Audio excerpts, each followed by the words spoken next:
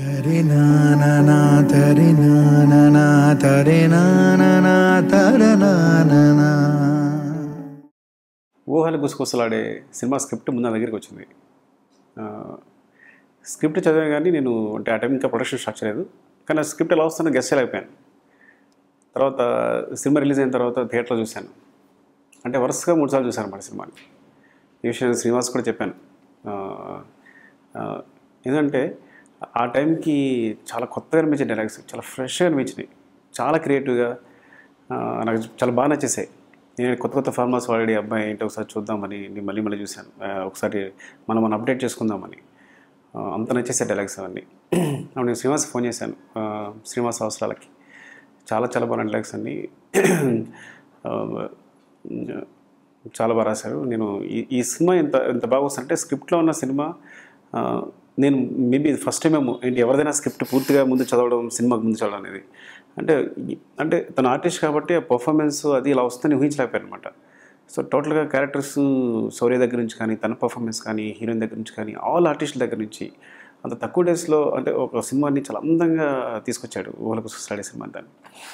So అప్పుడు నాకు అనిపించింది అంటే తర్వాత తను మళ్ళీ నువ్వు జో అచ్యుతానంత చేస్తానంటే ఒకసారి స్క్రిప్ట్ నాకు మళ్ళీ ఇవి నీకు సెంటిమెంట్ వర్కౌట్ అవుద్ది అని అబద్ధం చెప్పి అంటే ఇంకోసారి స్క్రిప్ట్ ముందు ఎలా ఉంటుందో చదువుదాము అని. సో స్క్రిప్ట్ చదువుతూ ఒక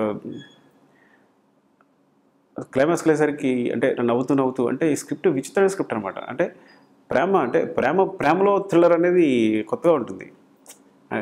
అంటే అంత రొమాంటిక్గా ఉంటుంది, చూడడానికి చాలా రొమాంటిక్గా ఉంటుంది. కానీ ఏదో థ్రిల్లర్ టైప్లో ఆ మాట వాడచ్చో లేదో కరెక్ట్ ఈ సినిమాకి అలా ఎక్స్ప్రెస్ చేయొచ్చో సినిమాకి, అంటే ఈ సినిమాని ఇలా ప్రజెంట్ చేయొచ్చు నాకు తెలియదు. కానీ అంటే అన్ని క్యారెక్టర్లు అమాయకంగా ప్రేమతోనే ఉంటాయి కానీ వాటి మధ్య ఒక థ్రిల్లర్లాగా విచిత్రంగా తీసుకుంటూ వెళ్ళాడు అనమాట సినిమాని. సో విచిత్రమైన స్క్రీన్ ప్లే ఇది. సో ఆ చదువుకుంటూ నవ్వుకుంటూ ఆ సస్పెన్స్ ఫీల్ అవుతూ సస్పెన్స్ ఫీల్ అవుతూ అలా ఎండ్ క్లైమాక్స్ షాట్కి వెళ్ళేసరికి నేను ఏడ్చేశాను. సో నా ఒపీనియన్ ఎలా ఎక్స్ప్రెస్ అని తెలియక అప్పుడు కళ్ళ నీళ్ళు అనమాట. ఊరికే నా ఆయన ఫోటో తీసి పంపించాను శ్రీనివాస్కి. అంటే ఇంకెంతకైనా ఎక్స్ప్రెషన్ అక్కర్లేదు అని. సో అంత నచ్చింది నాకు ఈ స్క్రిప్ట్ ఇది. ఇంకా సాయి కొరపాటి గారు అంటే ఊహలు గుసగుసలాడే అంటే సాయి కొరపాటి గారు ఇండస్ట్రీలో అంత అగ్రెసివ్గా ప్రొడ్యూస్ ఎవరైనా చూడలేదు.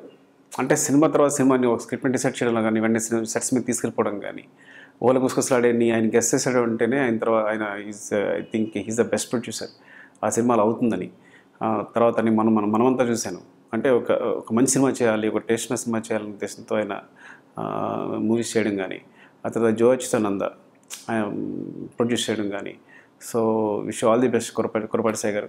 ఈ సినిమా డెఫినెట్గా చాలా పెద్ద సక్సెస్ తీసుకొస్తుంది, మీకు బోల్డ్ అండ్ డబ్బులు కూడా తీసుకొస్తుంది, బోల్డ్ అంత పేరు కూడా తీసుకొస్తుంది. టీజర్ చూశాను, చాలా బాగుంది.